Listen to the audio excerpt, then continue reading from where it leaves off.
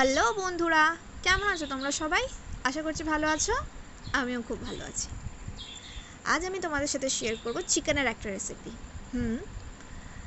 এটা নর্মাল একটা রেসিপি, কিন্তু একটু আলাদা। এটা আমরা বাচ্চাদেরও খাওয়াতে পারি, এটা অসুস্থ যারা আছে, বয়স্ক যারা আছে তাদেরও খাওয়াতে পারি। খুব ইজি, খুব সিম্পল। তো চলো দেখে নেওয়া যাক আমি রান্নাটা কিভাবে করছি। কিন্তু তার আগে আমার চ্যানেলটিকে সাবস্ক্রাইব করতে ভুলো না, আর বেল আইকন প্রেস করতে ভুলো না। তো চলো দেখে নেওয়া যাক। তো আজকে এই রান্নাটা করতে লাগছে মাংস। আলুগুলো কেটে নিয়েছি, পেঁয়াজ কুচি, আদা রসুন বাটা, 2 চামচ লঙ্কা গুঁড়ো, 1 চামচ হলুদ গুঁড়ো, 1.5 চামচ জিরে গুঁড়ো আর 1.5 চামচ ধনে গুঁড়ো। চলো দেখি চিকেনটাকে ম্যারিনেট করে নেবো। এর মধ্যে আমি সব মশলাগুলো দিয়ে দেবো।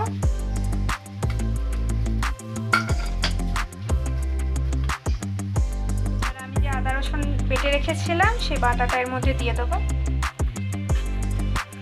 3 চামচের মতো দেবো। ওতে আমি নুন দেবো, পরিমাণ মতো নুন দেবো, আপনারা আপনাদের পরিমাণ মতো নিন।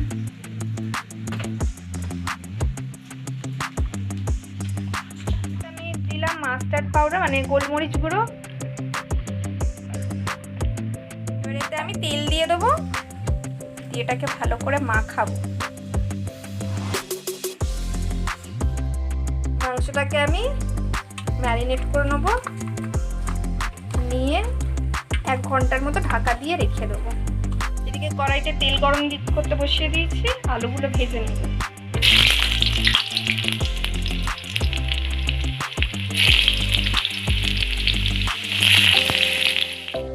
আলুগুলো ভেজে নেবো, আলুগুলো তুলে নিলাম। নিয়ে এবার কড়াইতে তেল দেবো,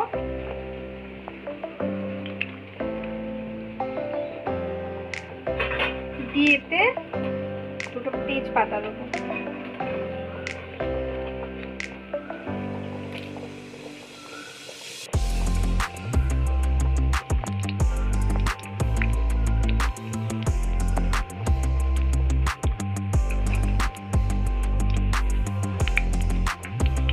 তেলটা গরম হয়ে গেলে এতে আমি পেঁয়াজ যেগুলো কেটে রেখেছিলাম সেগুলো দিয়ে দেবো।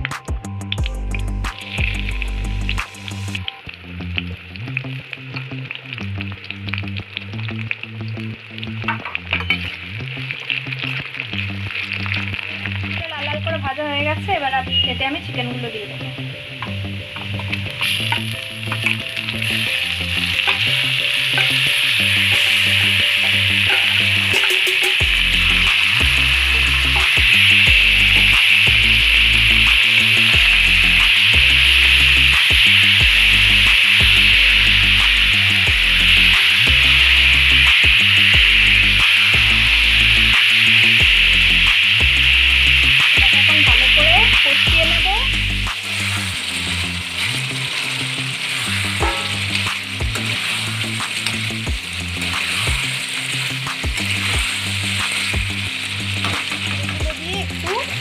নাড়ানোর পর যখন তেল ছাড়বে আর একটু ঢাকা দিয়ে দেবো, দিয়ে ঢাকাটা খুললাম।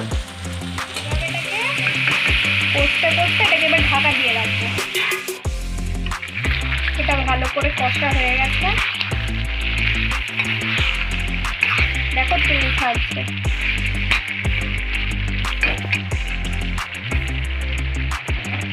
এবার এতে আমি জল ঢেলে দেবো।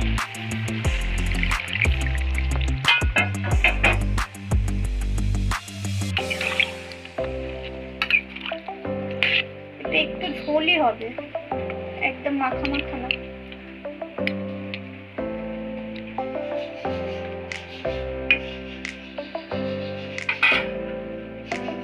আবার একটু ঢেকে দেবো। এটা হয়ে গেছে, এগুলো সব সিদ্ধ হয়ে গেছে, আলুও আর চিকেনও।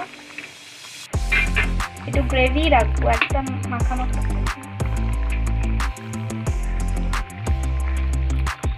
এবার আমি একটু গরম মশলা দিয়ে দিলাম।